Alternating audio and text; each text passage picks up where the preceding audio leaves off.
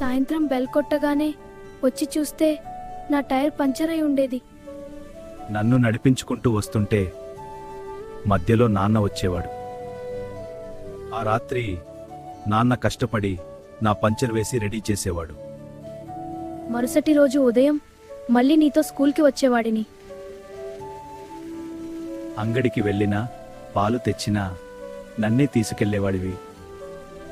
Ground దగ్గర నన్ను పెట్టేసి క్రికెట్ ఆడటానికి పారిపోయేవాళ్ళు.